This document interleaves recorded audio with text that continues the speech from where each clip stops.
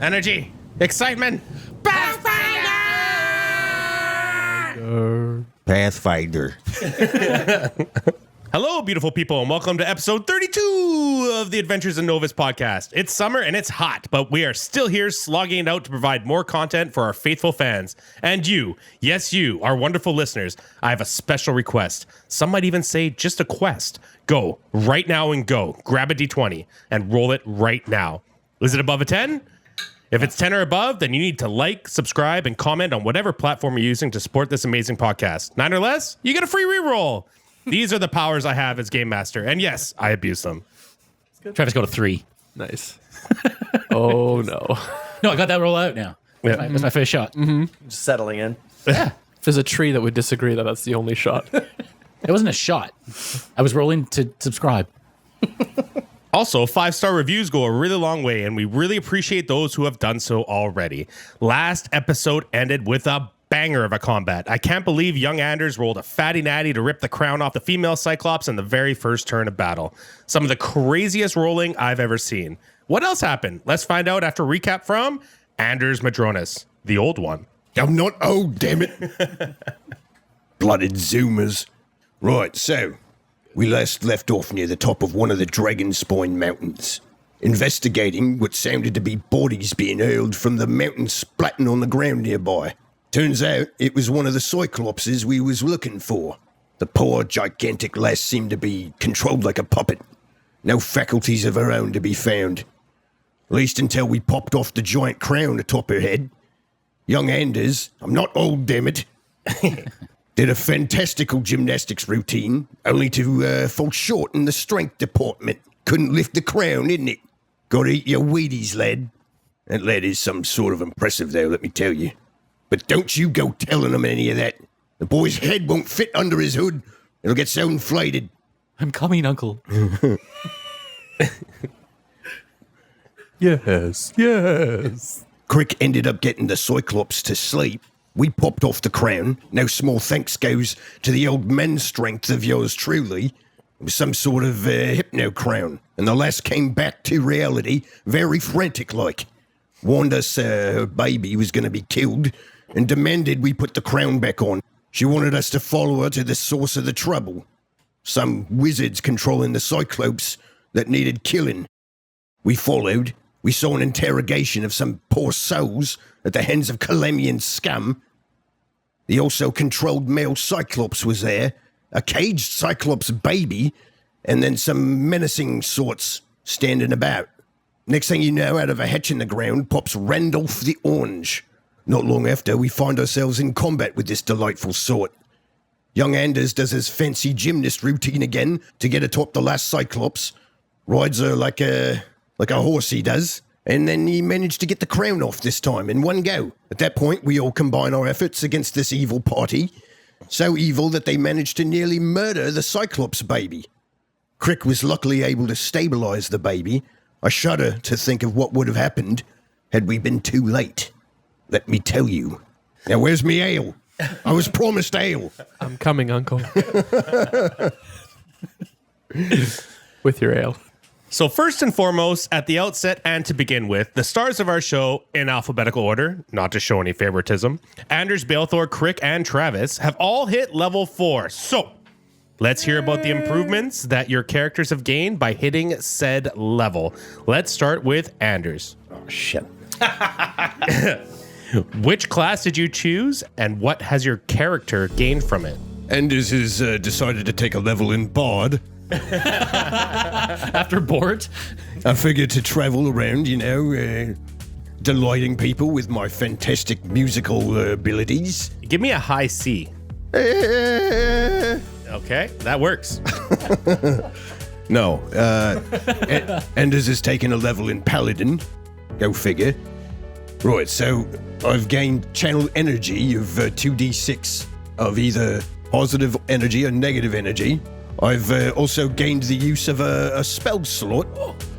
And, You little slot. that's right, a big slot. Got slottier.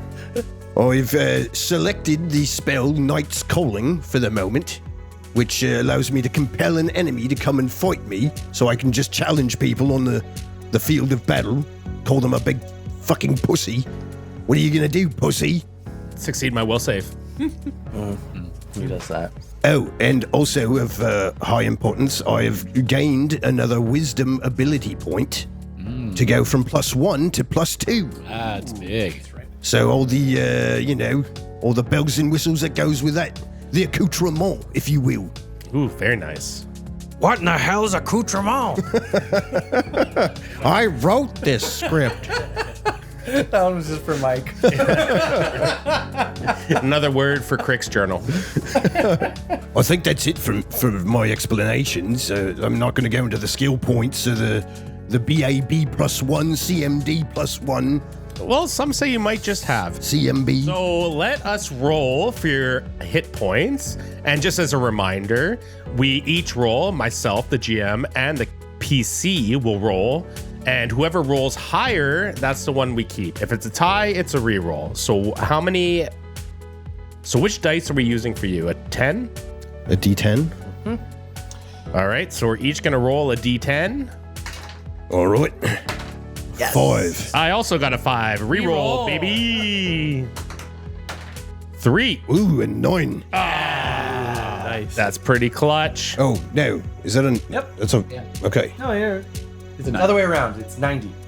No, is that a 4? No, that's a 4. That's a 40. Fuck. What? Yeah. Look, that's 90. What was yours? That one. Oh, Jesus Christ. Yeah, I know. That looks like a 9. Yeah, lame. I need a real You had dice. a That's the 3? problem. Yeah. Or it is. So that wasn't Savage. a 9. That was a 4. Now that we've carefully inspected the dice. So you only get 4 HP. Wow, that sucks. That does suck. Plus your Constitution. For you. Oh, plus my Constitution modifier, so 6. All right. And it also gets +3 resistance to electricity, So what are all the elements you have resistances to now? I'm curious. fire, acid, cold, and now electricity. Cool. Only Sonic remains. All right. Thank you, Anders. Let's move on to Balethor. What class did you choose and what has your character gained from it? Balethor has continued on the path of a summoner, and as he was growing in power, he realized something. Anders was speaking of favored class bonuses and hit points, and Balethor realized, what did he take for his favored class bonus? I took the elf or half-elf favored class bonus of 1/4 plus evolution points for Maggie. Ooh. And it's 4th level, which means I get an extra evolution point. So that means Maggie has changed a little. Her reach is gone. She's grown 2 horns. So she gets an extra horn attack. Horny Maggie. She's horny, baby. And she has magic attacks. And her claws are now D6 instead of D4 damage. Balethor, his charisma went up. Oh yeah, and level 2 spells. Let's see how strong he can make Maggie now. Okay, so all these guys will be getting their immediate bonuses, but for spells, they're going to have to sleeps to get the new ones. And what is your hit dice? D8. A D8. All right, roll off.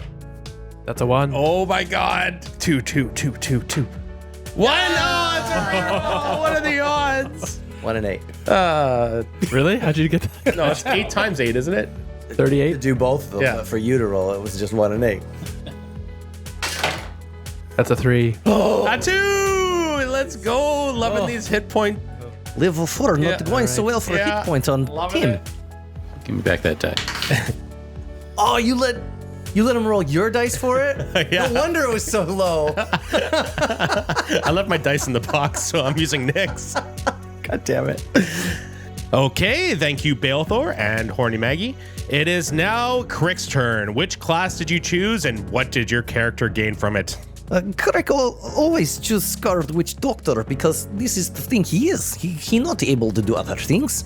Ancestors teach him many more powers, including gaining more constitutions, so he's stronger in healths. Because some of his spells now, they do damage to him too with his blood, so he needs more blood inside him. This bring him up to 16 constitution, very strong. He gained a couple new spells of level 2 and ancestors telling him no way to make his hexes do stronger things, last longer. He have no power for this called Keckle. Keckle do good. Cackle extends your hexes, yes? Keckle make all hexes go longer, yes. This mostly what he get. He get a few more hit point, a few more skills, but these things he do. Let's find out how many hit points and what's yes. the dice for yours. 6. All right, roll off. Very small for Crick. Ooh, 4 for me. Ugh, only 2 for Crick. All right, so you get the 4. Not so good. Thank you, Crick. And lastly, we have Travis. Travis, what class did you choose and what has your character gained from it? Travis, he's been feeling different since he left the Advent back there, where he was so in tune with nature. And so, like I said, he was trying to find ways to find shadows since he left there and find ways to be sneaky and working on his nimbleness. So that's all come to fruition for Travis. And he's increased his dexterity. It has now gone to 16 as well. So it's a +3 modifier. So that does some wonderful things like increases my AC for one big piece. After that, Travis has taken a level in Rogue. Ooh, our first multi-class. Yeah, Travis was feeling that. So it does a bunch of things that sort of benefit the party, but Travis is feeling pretty good about where he's at. So what he's added is he's added sneak attack to his repertoire. So if I'm actually able to hit somebody early on in a fight, maybe when they're denied the dexterity bonus, or if I'm up close and I'm fighting, if I'm flanking somebody and I pull out my Earth Splitter, I get my sneak attack bonus as well. So it's only 1d6, but that can add up pretty quickly. That can feel pretty good. And the other one that's pretty crucial is a trap finding ability, which I was always trying to be a little perceptive. I've got pretty good perception, but now I'm able to find magical traps and disarm them now, actually, as well. So that's going to come up huge for the party. So if somebody points something out, or if I detect something, I can find those traps and make it safe for us. It's neat taking a level as a rogue, because then I get all the class skills from a rogue as well. So I've really sort of fleshed out Travis's repertoire in the skills department as well. So I can disable devices, I can do, I have some new knowledges, my diplomacy's gone up well, I've got, I didn't take spellcraft, but I got good stealth, survival, all the critical ones to moving around. So Travis is feeling pretty good about where he is. The only thing that I'm really missing this level, because I didn't carry on as my guide, was I'm missing spells. I would have got level 1 spells as well, just like Anders. And I don't get the base attack bonus that I so desperately need to hit things, because the rogue is not a full base attack bonus character or class. So yeah, that's what Travis has got. My hit die has changed for this level 2. So I'm scared for what Derek's been rolling. So we roll D8s this time. All right, time for the roll off. 8. Oh, we both got 8. You just got denied, bitch. Wow. Oh, one more time. 5. 8 again. Yes. The Travis die comes through. That's why I took it back. Oh, that's stellar. That's great. Awesome, boys. Welcome to the world of level 4, which will help you progress through the world of Novus. Now, before getting back to the battlefield, a dutiful and trustworthy fan emailed us hearing episode 31, damngamingfun, all one word, @gmail.com. And he inquired how a Cyclops who definitely has more than 4 hit dice was able to be put to sleep. That was from Hans in Germany. A lot of people in Germany listen, and we appreciate you, despite the accent I just tried to pull off. So let's dive into that for a quick second. Sleep is a powerful low-level spell, but it only works on creatures with 4 hit dice or less. Hit dice are how many dice a creature gets to roll for its hit points. Players get a hit dice every level, as you've just heard, and a Cyclops gets 8. Count them, 8 hit dice to roll their hit points. That's not what Crick used, however. Crick used the hex version of sleep called Slumber, so technically, if the creature fails its will save, Crick can sleep anything. So long story short, Hans from Germany, Crick is broken. This isn't like the first episode where he dazed a crocodile and he's actually allowed to do this. Crick feels so dumb for this. It's not your fault the alligator fell asleep. I was always wondering why I would always feel sleepy anytime I went over to Crick's house. Drink his grape juice. That's probably for different reasons. I have grape juice for the children. And we'll move on. Thank you very much for writing in, and we shall continue where we left off in initiative order. So we are in round 3. Crick and young Anders have just acted. So it will start with Balethor and Maggie, then Anders, Invisible Randolph, Travis, Wizard who dropped his weapon and surrender, and then the sleeping male Cyclops, and lastly, the female one. The interrogator is on the ground, bleeding out. We have a dead wizard on the ground, one archer who is now red mist, and another one who just got sparted off the mountain by young Anders, and of course, an unconscious Cyclops baby who was stabilized by Crick with 1 hit point to spare. Maggie and Melthor, what do you do? Maggie, finish it.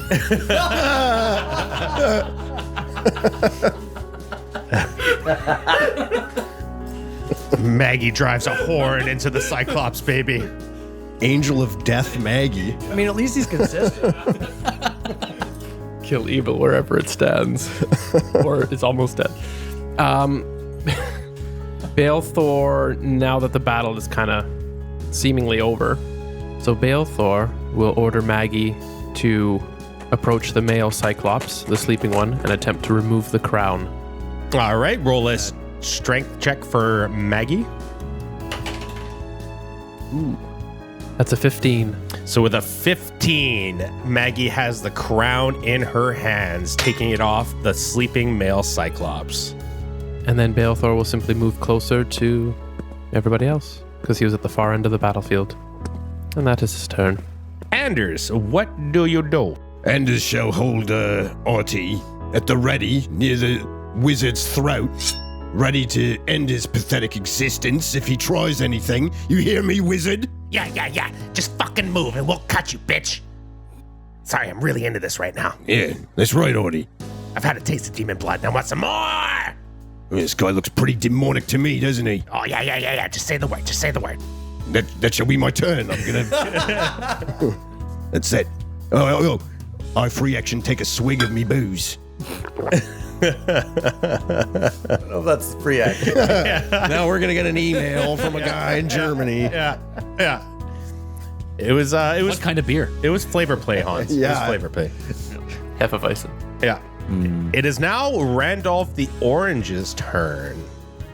And Randolph will do things invisibly. And everyone can roll a perception check. 21. 22 for Crick. 22. 18 for Maggie, and like 6 for Balethor. Okay, so everyone but Balethor sees one of the hatches, the one where prisoners were being pulled out, not put in, open and close. It is now Travis's turn. Travis is going to book it over to the trapdoors and see if they're locked. Okay. Are either of them locked? Because I just saw that one open, so I don't assume that one's locked. But what about the one where they had the other prisoners? The interrogated ones? The one where prisoners were being put in is not locked. Is there like a grate or a mesh fence or anything? Can I see into it or talk into it? No, it's a wooden hatch that you would have to lift to see into it. Okay, Travis is going to knock. Stay away. We're not here to hurt you, and I'm going to fling the door open. So Travis, as you open the hatch, a light comes from the sun and goes into the dark room where these poor folks have been kept. And they do not appear to be well. There's about 5 of them that you see initially in there. Some bear fresh cuts and bruises, and their clothes are tattered and stained. Don't worry, bitches, the heroes are here. So you see solemn faces look up, and you see a couple smiles. And that's what you see for your turn. It is now the male Cyclops' turn. How long is the male Cyclops asleep for? 3 rounds. 3 rounds. So after this, he's got 1 more round of slips. It is now the female Cyclops' turn. And she rushes towards the baby, rips the whole cage off, throws it off the mountain. Wait, the baby's in there. It doesn't have it has a floor. Ah, shit. Well, If there was a floor, she bent the bars and took the baby out. All right? It's your cage. You're the DM. You tell us. I just thought it'd be hilarious. Either way, retconning after the fact. there's but no okay. baby going off the mountain. She only has one eye. She doesn't see it, just assumes, lifts it up, and just wings it. It's like, no! Yeah. Was that thrown over the baby out with the bat? bathwater or something like that. Stupid sayings. Can anyone heal him? Yes, we can do these things. Was that in common? He did, or she did speak common at the end of the The episode. female speaks common. So she said that exact thing in common. Yeah. So then I answered. There we go. Yeah. Yes, Crick can do these things. One moment, I come right there. Speaking of, top of round 4, it is Crick's turn. Yes, go over quickly and begins casting spells. Begins casting spells. Yes, he reaches in pocket, one drop of red liquid from vial. He touch on forehead, casting spell, healing's happening. Okay.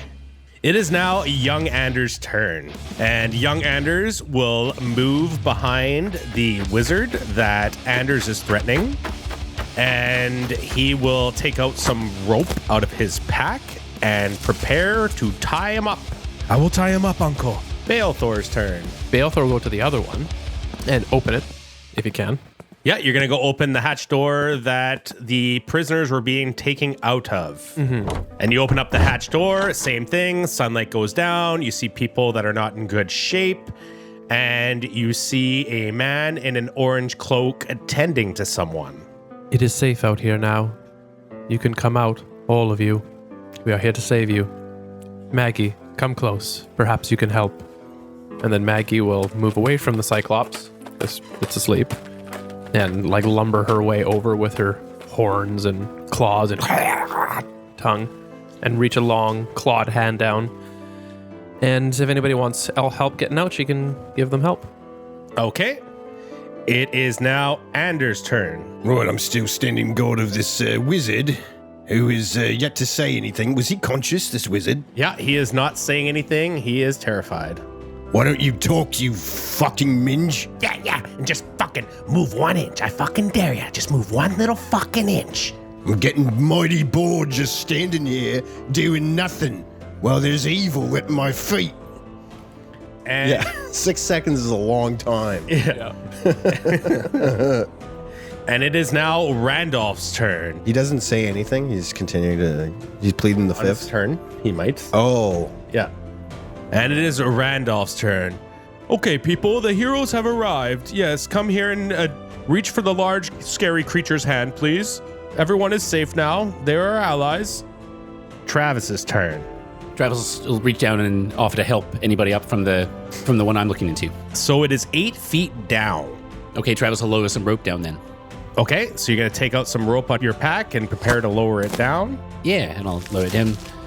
Come on out, everybody. I think taking something out of your pack's a full round action. No, it's just No? move action. He's Okay. already there. He can do both those. Yeah, I didn't have to move this time. That's my Yeah, move. so you've He lowered the wouldn't be rope. able to also climb, but Yeah. he's not. So you've lowered the rope. And it is now the wizard's turn, and he will say nothing, but you see his eyes moving around, suspiciously even. Kill him. Maggie, finish him. Said not to move. You see the wizard's eyes move around, and he is terrified, just looking around at the scene. He's got a sword at his throat. He's got a rogue prepared to tie up his hands, and he's afraid to say anything. It is now the female Cyclops' turn. He's not conscious. What did you do? Why is there blood? No, Kirk do healings. This helping with healings. It's okay, promise. I do more healings on in just a moment as I reach for the next thing. Okay, and she's just rocking the baby back and forth, just terrified. It'll be okay. Crick, promise. And the male Cyclops obviously is still sleeping. It is now Crick's turn, top of round 5. Crick, pull out wand and begin healing more with wand of heals. Okay, For 9 points of healings. so 9 plus the 1 infernal healing, right? Correct, yes. So 10 total?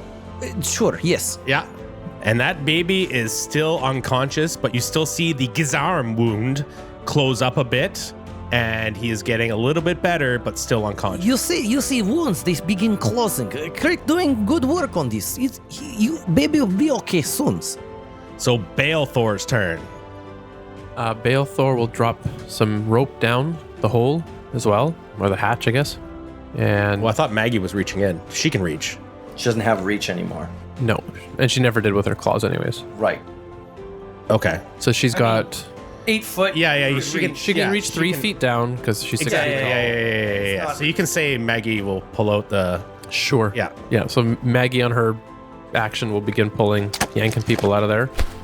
Balethor will move towards the wizard that is currently being held captive and attempt to convince him that it would be in his best interest to share all the information. So I'd like to try to diplomatize him if possible. Okay. So I have a charisma bonus. Is that a word? Diplomatize? It is now. Sweet. It is now. It is all right. You can speak to us. We are heroes. We're not like you. 14. Yeah. Okay. With a 14, and I'll respond on his turn. Okay. And Maggie will pull out one of the prisoners that Randolph encouraged him to go to. Strength check for Maggie. 9. A 9. So even with a 9, Maggie is strong enough to pull out a half-elf. And a half-elf is now freed from the hatch. So it's now Anders' turn. Anders does the same, I assume. Anders is going to continue to berate the wizard because he's really getting on me nerves. All right, it is Randolph the Orange's turn, and he is ushering someone to get close to Maggie to be lifted up again. He's like, yes, you're next, you're next. It is now Travis's turn. Travis will hold the rope, steady himself, brace what he can, and get ready to hold the rope while people climb out. All right, and one of the people in the pit will start using the rope to climb up. Climb check. That's a 1, so they don't know how to climb a rope. They're just kind of feeling the rope and da-da-da-da-da-da. It is now the wizard's turn, and he says, I'll tell you nothing. Tie me up and threaten me. Anything I say will deny me of the All-Mother's light. The male Cyclops wakes up. He looks around. He looks pissed. And he gets up, and he starts charging towards the interrogator. And he lifts 1 foot above its head. It is the female Cyclops' turn. Why isn't it not waking up? Why is it not waking up? And she's starting to get a little panicked. Would she really call her own baby it? Why is the light of my life not waking up? Why is this? My sweet Grib Grob. My sweet precious. Why is my sweet Grib Grob not waking up? Why is Grib Grob not waking up? No, it's okay. Just give him another moment. He's almost there. I cannot lose another one. No, this not happen. I named her after my grandfather. Very powerful name. Grib Grob the Elder. The wise. Yeah, the wise. Top of round 5, it is now Crick's turn. Crick use wand for one more casting of these heals. For 3 more, plus the infernal, so 1 more, so 4 totals. And now the baby wakes up. You see? I guess it's a Cyclops baby. Yeah, yes, you see? The baby doing good. It is young Anders' turn, and he will finish tying up the wizard, arms behind its back. It is now Balethor's turn. So the male Cyclops went over to the interrogator. Yeah. So the guy who's dead. Yeah. On the ground and bleeding. And Maggie's still helping people. There's some more to... Yeah, Maggie can pull out another one Yep. Okay. So she will do that on her turn. with a little bit of a strength check. 14. Yeah, easy peasy. Pulls out another one, pulls out a half orc. And Balethor will, seeing that his diplomacy has failed, is going to get real close to this wizard and basically this time try and intimidate him. Okay. So roll your intimidate check. Say what you want to say. The 21 for the check. Ooh. Do you see that creature over there? That's my Eidolon. She does whatever I ask. And those spikes, they can do some real damage. Perhaps you should speak, for what she can do to you in this life is worse than whatever you think the All-Mother will do in the next. Ooh, that's very good. I would even give you a +2 to that. But for the fans listening, to remove a hostile starting attitude, you need 25 plus the creature's charisma modifier to break him. So if he's -2, She'll peg you with one of them spikes. I've seen it before. It is Anders' turn.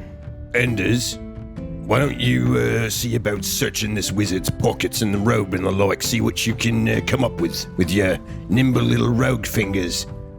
Okay, and on Randolph's turn, he's still ushering the people in the pit.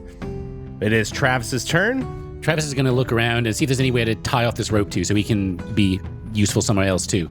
Yeah, you can tie that off to a broken column nearby. No problemo. Okay. I'm going to go... Just sleight of hand. Do I have that now? I do have that now. 24. 24. So you tie a good knot around the column, and now it is secure for the people to get out. And it is now the wizard's turn. Nothing you can do to me is worse than not living in the All-Mother's light for all time.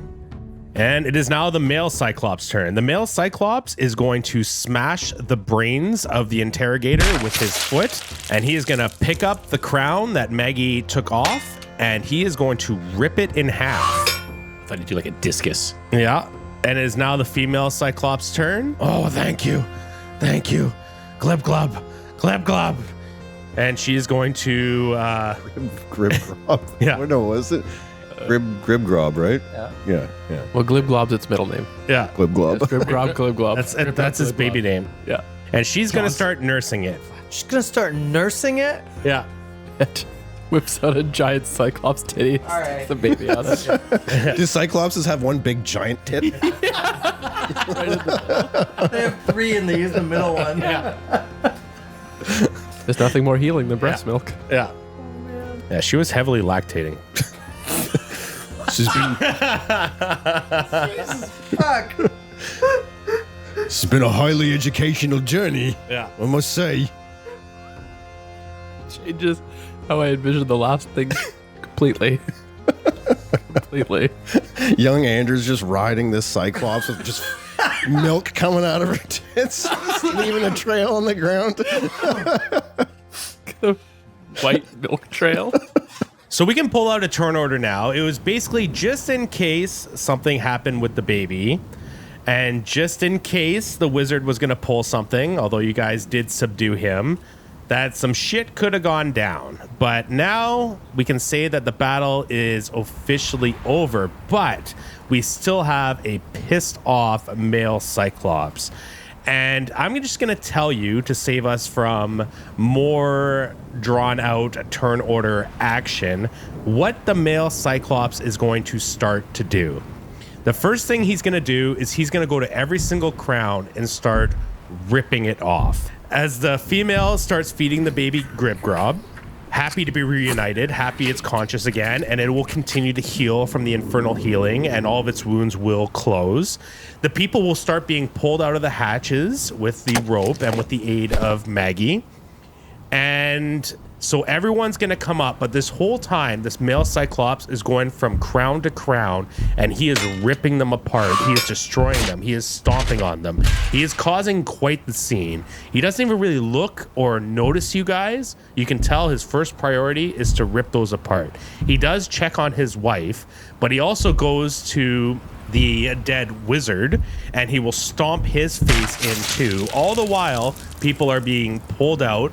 And then he finally looks at all of you, and he looks at the wizard that's been tied up. Me kill wizard, move. Anders is going to brush off some of the viscera that is now covering his armor and hair from that squished wizard head next to him. He will say it in giant. So he's just yelling. Anders, perhaps you might want to back off from this wizard man. Quickly. Hey, I don't need to be told twice.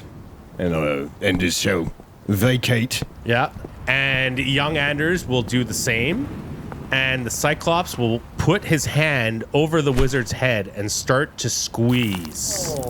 Shouldn't we try and get some information from him first, as Balthor's still standing right next to him? Excuse me, Mr. Cyclops man.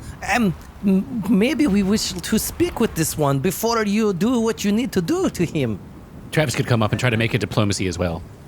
Crick is saying this to him in giant. Yeah. Okay. So the male Cyclops will turn one giant eye towards you, and he keeps the pressure, which you can see his skull is almost bursting, and the guy is going. Aah! He releases it a bit, but still keeps tension on his head.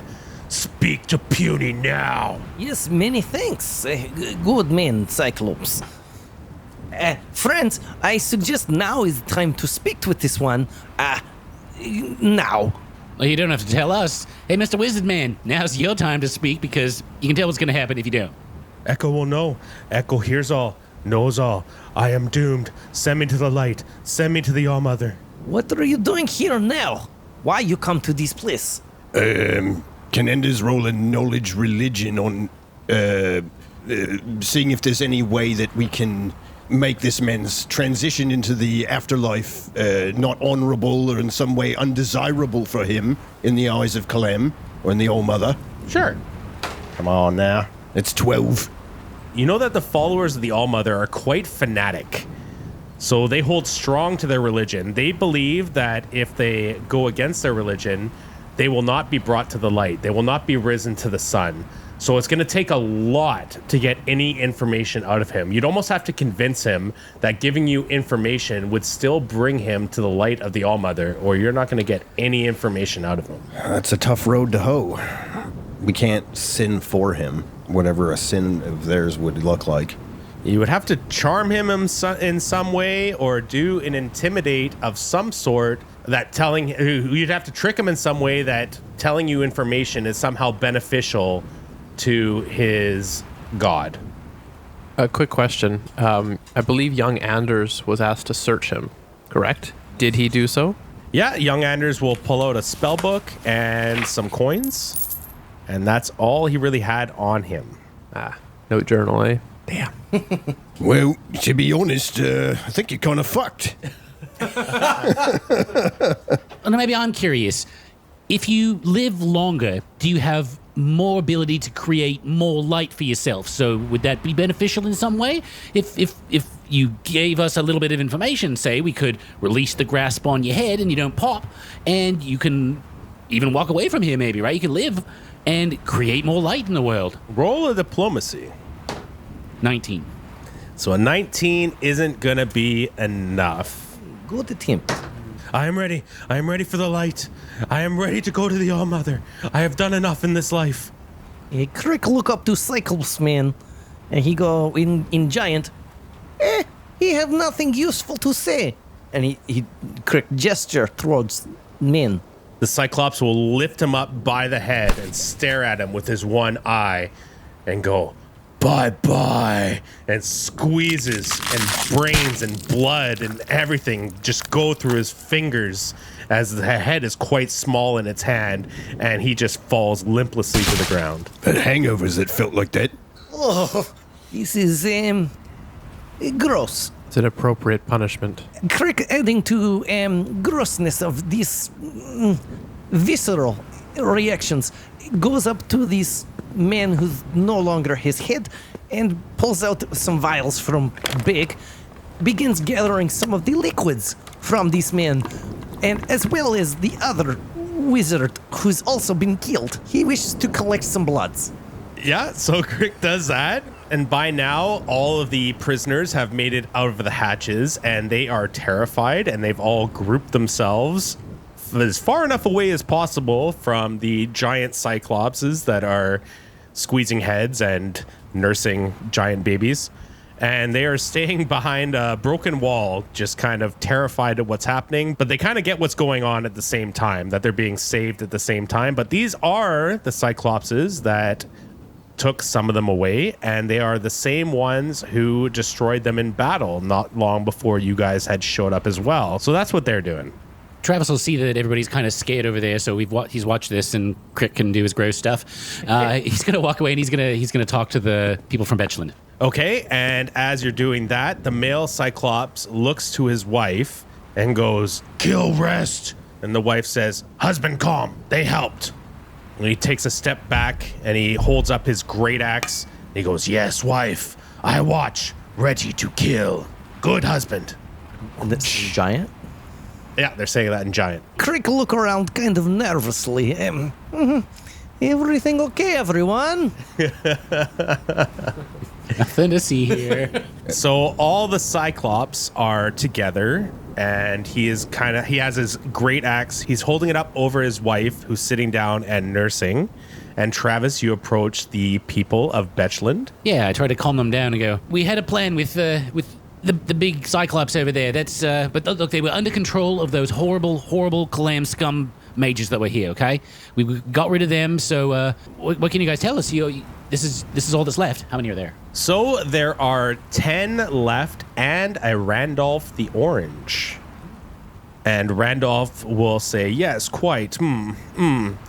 Yes, we will listen, and that we do appreciate your efforts. We faced quite the ordeal in tracking our assailants.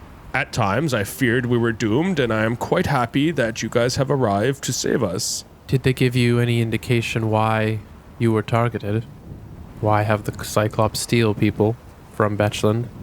And Balthor will be speaking directly to Randolph the Orange. From what I could gather, they were quite interested in the non-humans as they killed all the humans that had come with us. And it is surprising that against all odds you have succeeded, where we, even 4 times your number, could not. Truly your efforts are remarkable, but as I've heard from the Hatch, it seems that he was only interested, the interrogator with the Gizarm, of course, that he was very interested in where the people were from, what towns they had lived in, possibly for more Calamian invasions of the people that they, the infidels, as they call them. To root out more non-humans. Yes, quite exactly, and especially those from Tenebris. They would struggle against the elves of Tenebris. They are at war, apparently, and so they were gathering more information about that. But you know how Kalam works. They infiltrate and cause chaos and weaken the town before attacking. So this could be nothing more than just information gathering. Can Travis roll a knowledge local on Tenebris? Yeah, of course. 14. So with a 14, you know the elves of Tenebris are on the bottom right portion of the map. Some might say southeast. And That's killing me. Bottom, the hell's bottom right? I thought you'd be like, that'd be knowledge geography. No. Tell me where it is. Yeah, that's true too. yeah. You did hear that one of the members who was interrogated while you guys were listening was from Tenebris, and she was put in the keeper pile, probably for more interrogation. You know the elves of Tenebris are the least worldly elves, so having an elf from Tenebris out, especially as far as Betchland, is quite a rare thing. They usually keep to themselves. They usually stay in their little corner, and they all worship a giant ancient tree that is said to be as old as the world itself. But only elves from Tenebris have seen this tree. No outsider has ever seen this tree, and outsiders even have trouble getting into the area, as it is uncomfortable for anyone not from Tenebris to even enter the lands of Tenebris. Yggdrasil. Cool. Kill.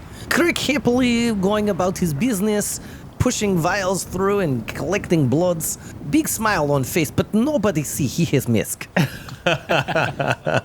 And he's gonna pull out his flagon and take some swigs of his booze here, standing next to this massive Cyclops man.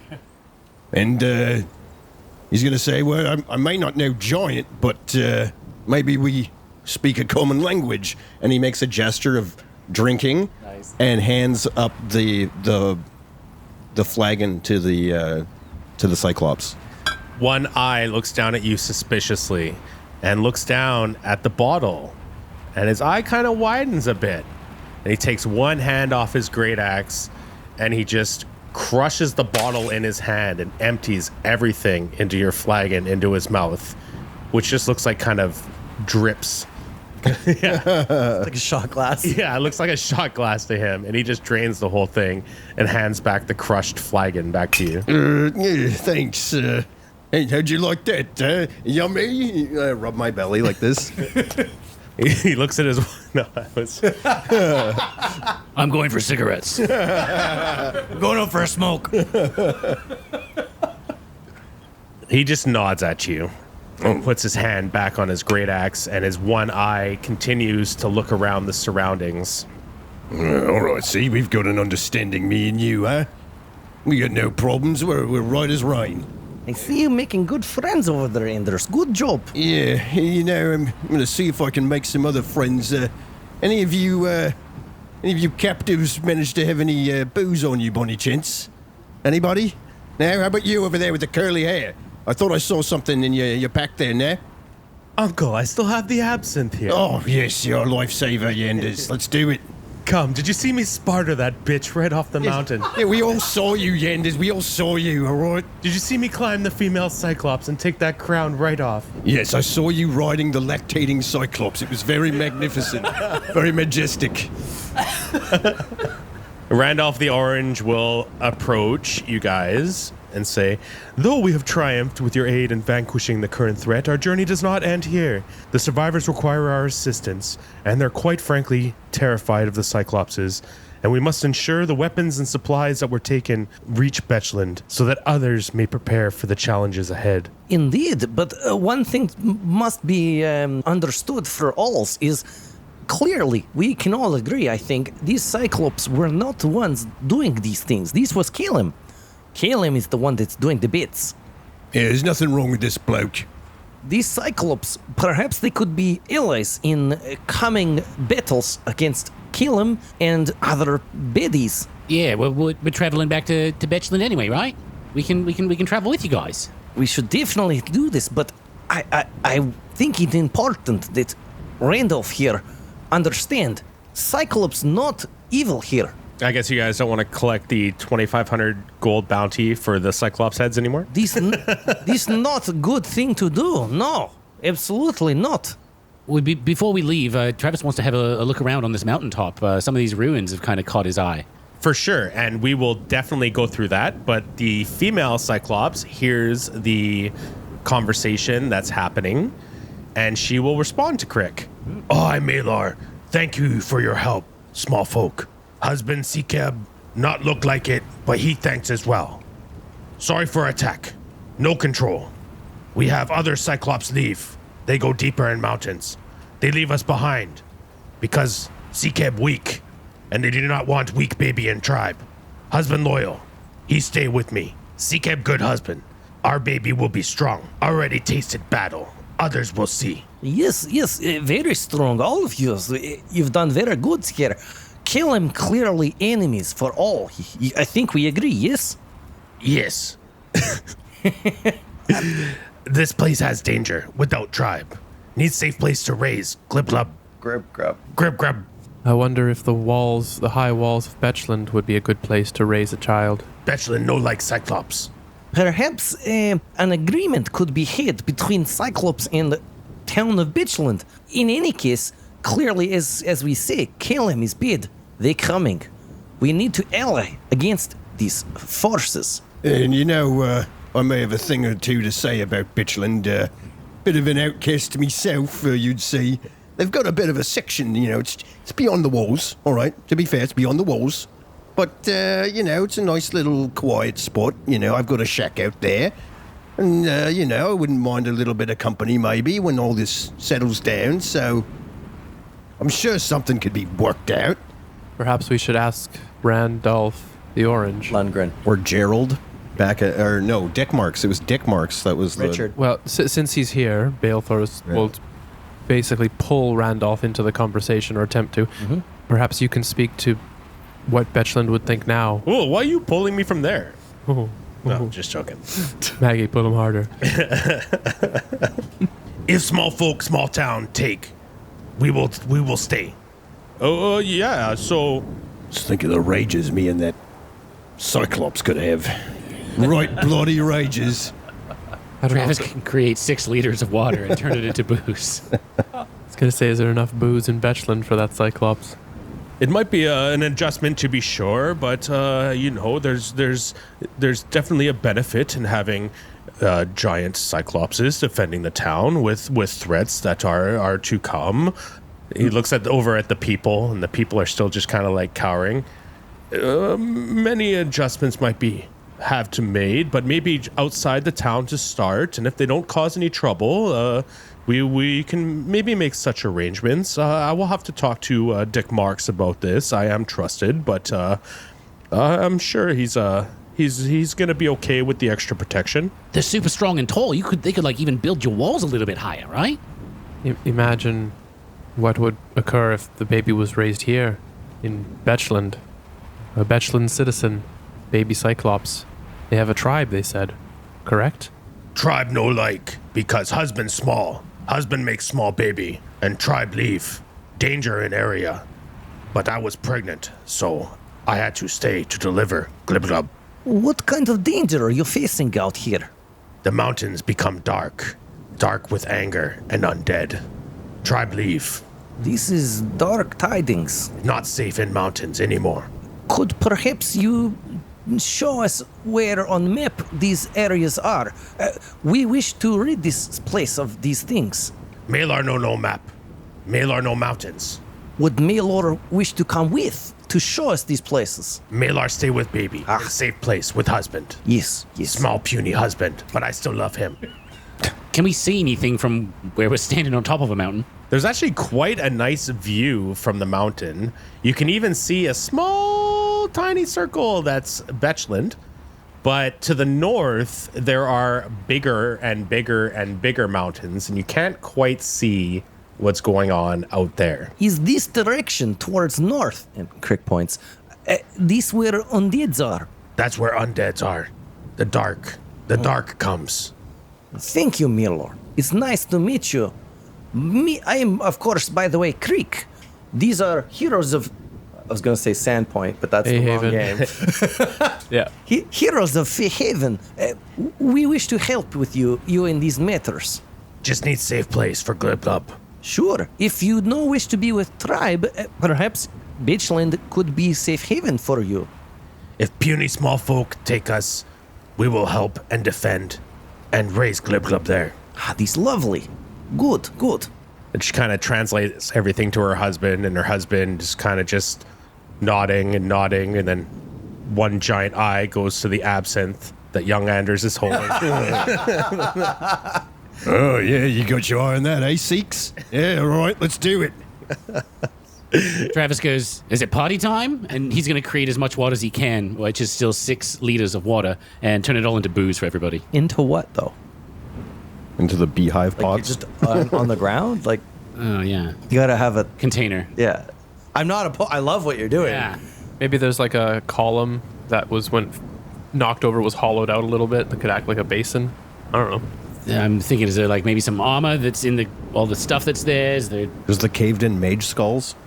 Can I create the water in everybody's Like mouth? the Portuguese, you drink the wine out of the crab, right?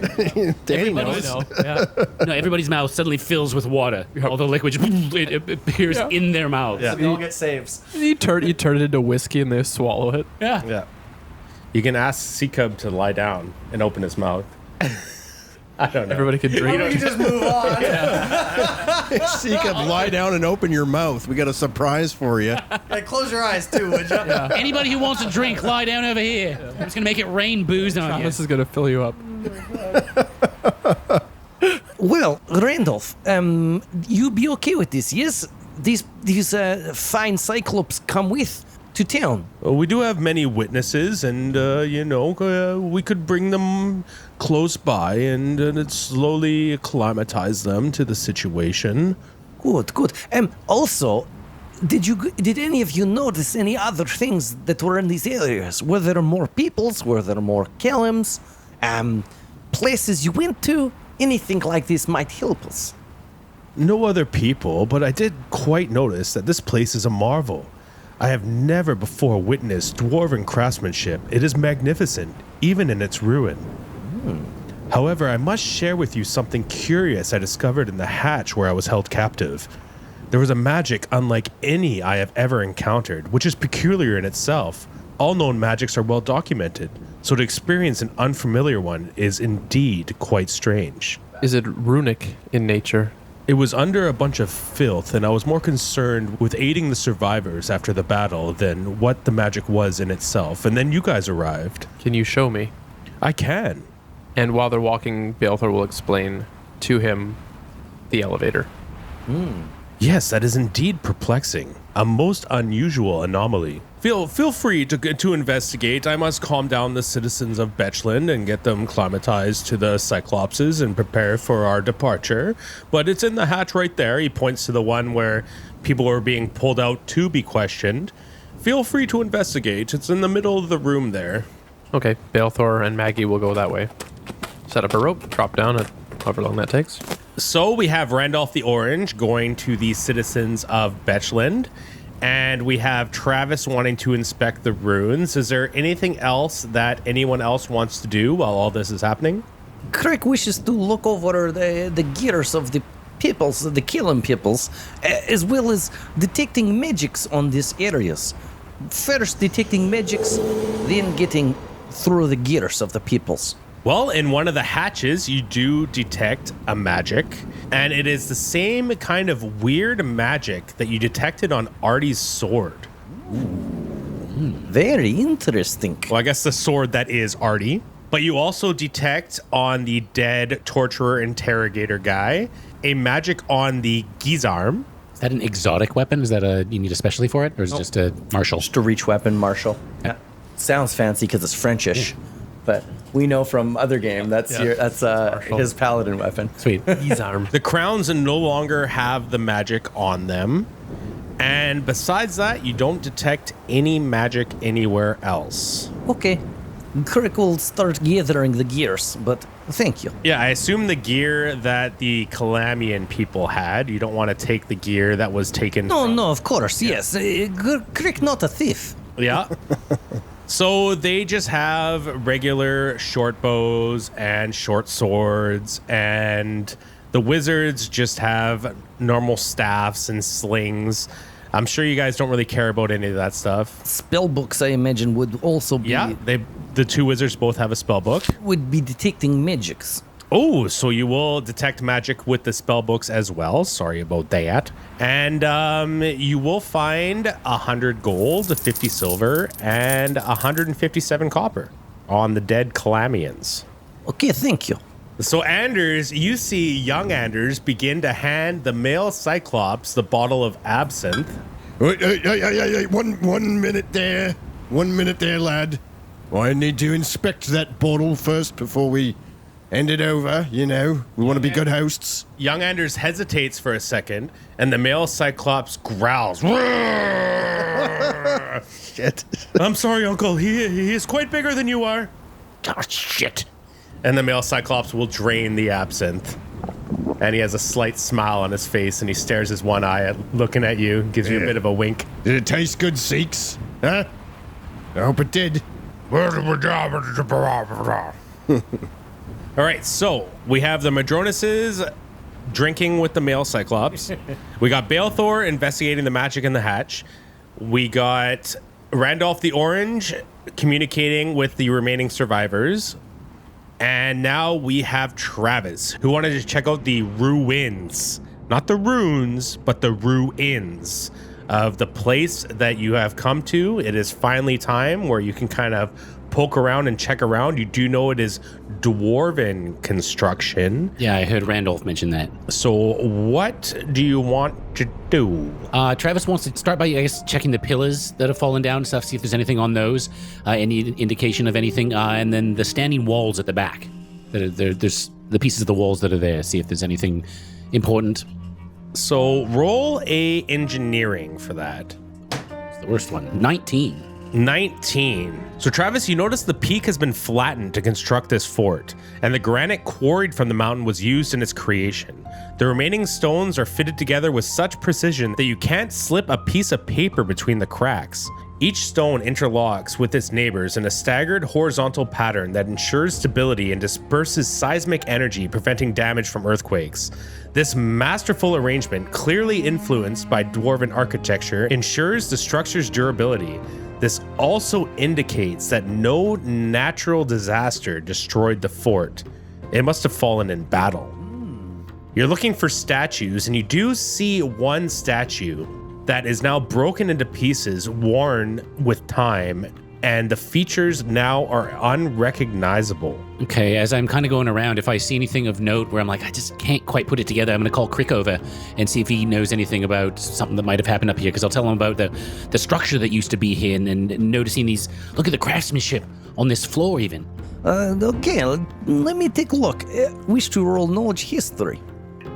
27. A 27. So although you don't know of any historical importance to this peak specifically, you do know that this was once a high trafficked place by the dwarves. This is basically where they came from, the Dragonspine Mountains. They would mine from inside the mountains, and they would have stations throughout to move their goods. It's not strange to you that there would be a dwarven fort here. It was likely a post where they would bring gems and things from the mountains, store them here, and then bring them to a place like Betchland to sell to the rest of the world. Yes, Travis, I believe this definitely would have been an old dwarven trading post or fort, but this one specific one, it does not ring bell for me. Okay, it's not grand enough to be one of those sky citadels. Not something like this, I don't think, but definitely a place they would use as base of operations to trade with places such as Betchland. Maybe not Betchland, but something like this in that time. That's super cool. Cool, okay. And I didn't see anything on the walls that's the similar, it's just the faded everything. Okay. And then I'll do a knowledge geography, you said, on this. 8. So you do an 8, but you're still inspecting the stones. You're trying to get really close, and all of a sudden you get this feeling. And as you start running your hands over the stones and trying to learn more, you get this feeling, this weird feeling. You know it's definitely dwarven construction. You've heard tell of such things from your parents, stories told from generation to smaller generation of the glorious past of the dwarves. You can confirm this from things you've learned from a few old surviving books, which would be considered family heirlooms that the survivors of your clan managed to save.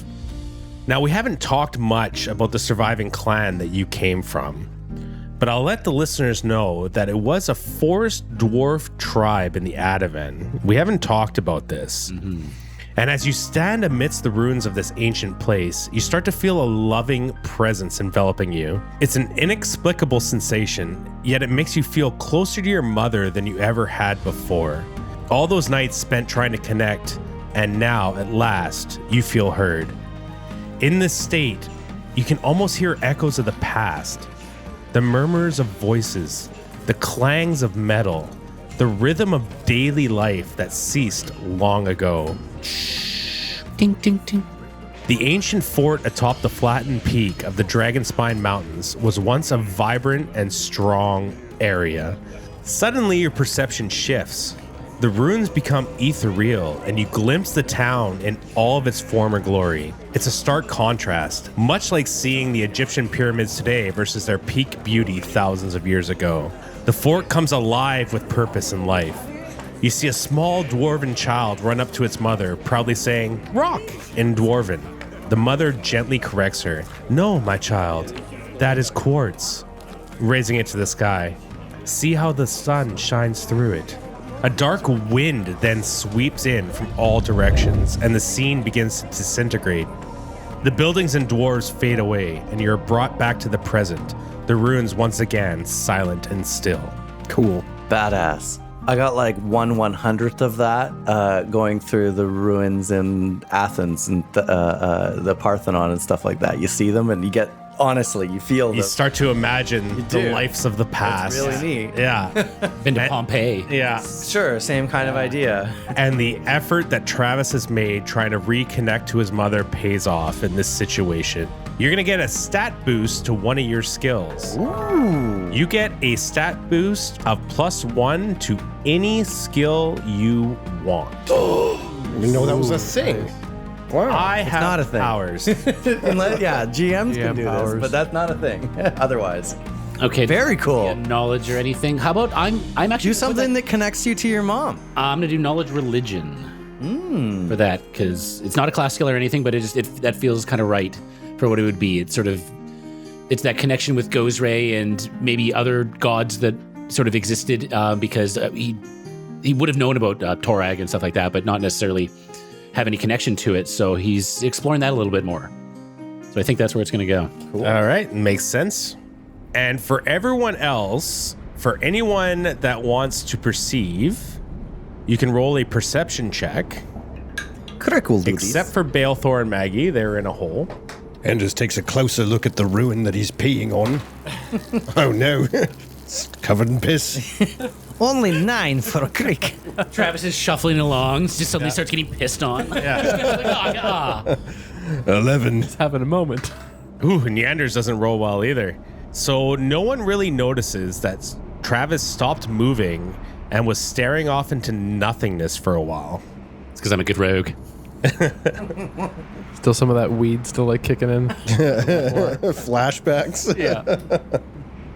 So no one notices that Travis was out of it for a second. We're going to go back to the Randolph with the Betches. And they all seem to be nodding along and hearing what Randolph is saying. And a elf female is going to approach the female Cyclops. And she's presenting a cloak. And she says, "Hi, my name's Alia. Would you like a cloak for your baby to keep him warm?"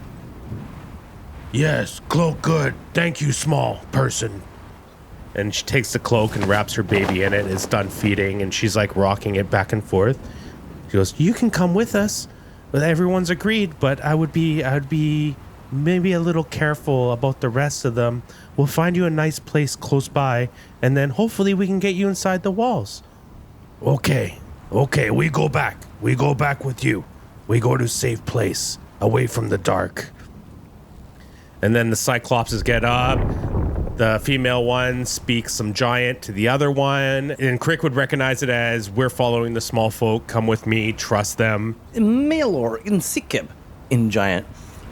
Thank you very much for agreeing to speak with these small folk. I believe good things will come of this. This is good things happening. Thank you. Thank you, small man. I appreciate it. I hope we will continue in this safe place and be away from the dark. And they start moving towards the group where Randolph is calming people down. He's kind of just making sure everything is chill. He's picking up all the supplies, and he's giving people supplies to bring back. The supplies that the Cyclopses were keeping before throwing the dead bodies off the ground.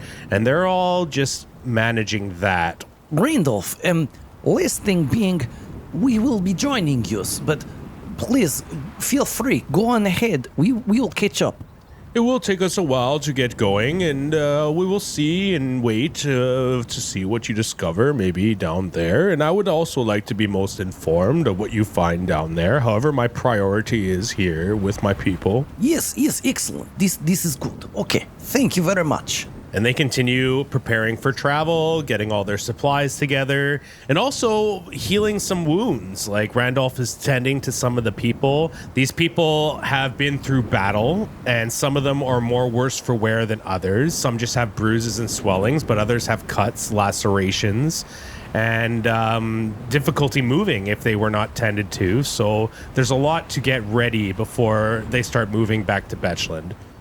And then we come to Balethor and Maggie inside the hatch. And Balethor, what do you do? As we descend down into the hatch, Balethor will cast Detect Magic and try and locate this rune. Not ruin, rune. So you go down into the hatch and you start detecting magic, and you feel a magic emanating from the middle of the room. And there's even a small indentation there over the filth and disgustingness that is down here. Balethor, you detect the same magic as in the elevator. You detect the same magic that is Anders' sword, Artie, in this area of the indentation. It's just covered in shit. What do you do? Is it actual shit? Well, it's filth. And so there's probably a mix of shit, tears, and Piss and blood. yeah. Is there anything in this space that he could use to push the shit? No, we got to put Artie through it. Totally make him go through the shit into the slot. Anders is not there. And can you describe this indentation better? Like, is it like Like the whole floor is flat, but there's a slight bowl in the middle. Bowl, okay. So not like a little slot for a sword to slide through, but more like it's a little bowl. Yeah. Okay. Yeah. It's not a tic tac shaped hole. Yeah, a tic tac shaped the 2 meter. 9-inch tic tac. Yeah, whatever it was. Balethor will look at Maggie and sort of go, "I'm sorry, we must push the shit." And they will both begin to like basically move the filth out of the way so he can get access to the ground, basically whatever was there. And Maggie will also notice that there are remnants of old, small animal bones in this area as well as she pushes the filth away.